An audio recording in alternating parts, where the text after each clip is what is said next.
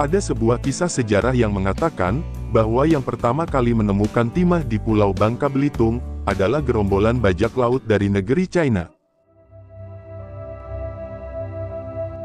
Ketika itu, dua kapal layar bajak laut memasuki Laut Cina Selatan, lalu singgah di Pulau Bangka. Saat itu, penduduk asli Pulau Bangka masih sedikit, dan hanya berdiam di hutan-hutan. Selama beberapa hari di Pulau Bangka, para bajak laut akhirnya mengetahui bahwa tanah di pulau itu ternyata mengandung timah.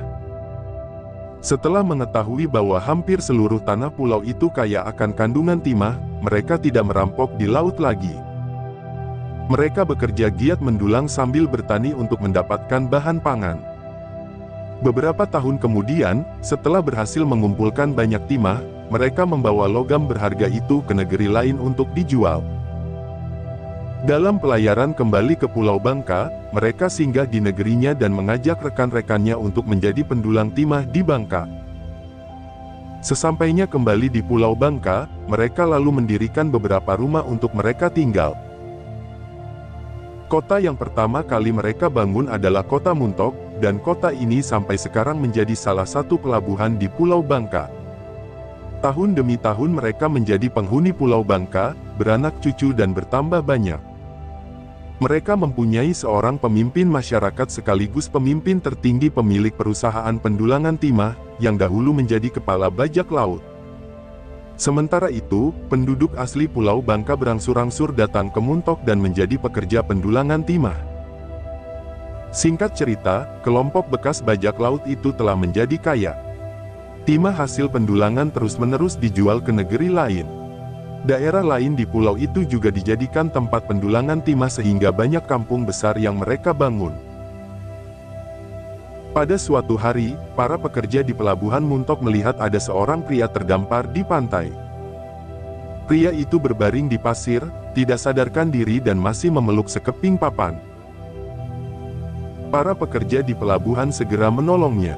Mereka memberinya makan dan mengobati bagian yang sakit. Ternyata, pria itu sakit karena sudah lama tidak makan dan tidak minum. Setelah pria itu sembuh, mereka menanyainya. Akan tetapi, mereka tidak dapat berkomunikasi karena pria yang terdampar itu tidak mengerti bahasa Cina. Apa saja yang mereka tanyakan kepada orang itu hanya dijawab dengan sepatah kata, "Tobo ni Ali." Diketahui, dalam bahasa Melayu Palembang, Tobo artinya aku. Pria itu mengatakan bahwa namanya Ali. Maksud jawabannya, aku ini Ali. Menurut cerita, sosok Ali merupakan seorang pria bertubuh sehat dan kekar. Orang-orang Cina di pelabuhan pun senang kepadanya, karena Ali rajin mengerjakan apa saja yang dirasa layak untuk dibantu. Meskipun sudah bekerja cukup lama, Ali tetap tidak dapat berbincang dengan para pekerja China di pelabuhan. Namun, orang-orang di pelabuhan itu selalu memanggilnya dengan nama Toboni Ali. Lambat laun, panggilan itu kemudian berubah menjadi Tobo Ali. Akhirnya, Ali bekerja sebagai pesuruh di rumah salah seorang petugas bekas bajak laut di daerah yang saat ini disebut Tobo Ali. Pekerjaannya hanya menyapu rumah dan pekarangan, mencuci piring, dan membersihkan lantai kapal. Ali bekerja dengan tekun dan berusaha menyenangkan hati orang yang telah menyelamatkan hidupnya itu. Tidak lama kemudian, ia bertemu dengan beberapa pekerja pendulang timah, penduduk asli di Pulau Bangka.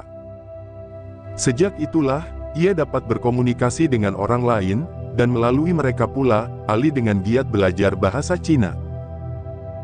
Setelah sudah lancar berbahasa Cina, Ali pun tidak mau mengatakan terus terang siapa dirinya. Ali selalu mengaku sebagai nelayan dari daratan Sumatera kepada siapa saja. Perahunya tenggelam dilanda ombak, dan di antara para nelayan seperahu hanya dirinya yang selamat, karena dapat mengapungkan diri dengan berpegang pada sekeping papan.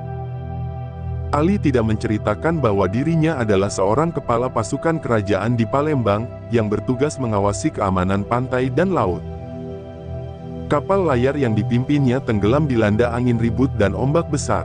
Seluruh anak buahnya tenggelam, dan hanya dia yang dapat menyelamatkan diri.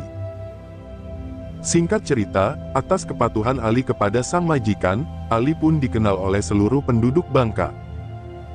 Hingga pada akhirnya, nama Ali menjadi salah satu nama yang saat ini dikenal sebagai kota Tobo Ali. Itulah asal-usul nama kota Tobo Ali di Bangka. Namun, kebenaran akan cerita ini tidak bisa dipastikan, karena ini hanya sebuah cerita sebagian masyarakat Pulau Bangka. Untuk yang mengetahui cerita aslinya, silakan berikan komentar kalian.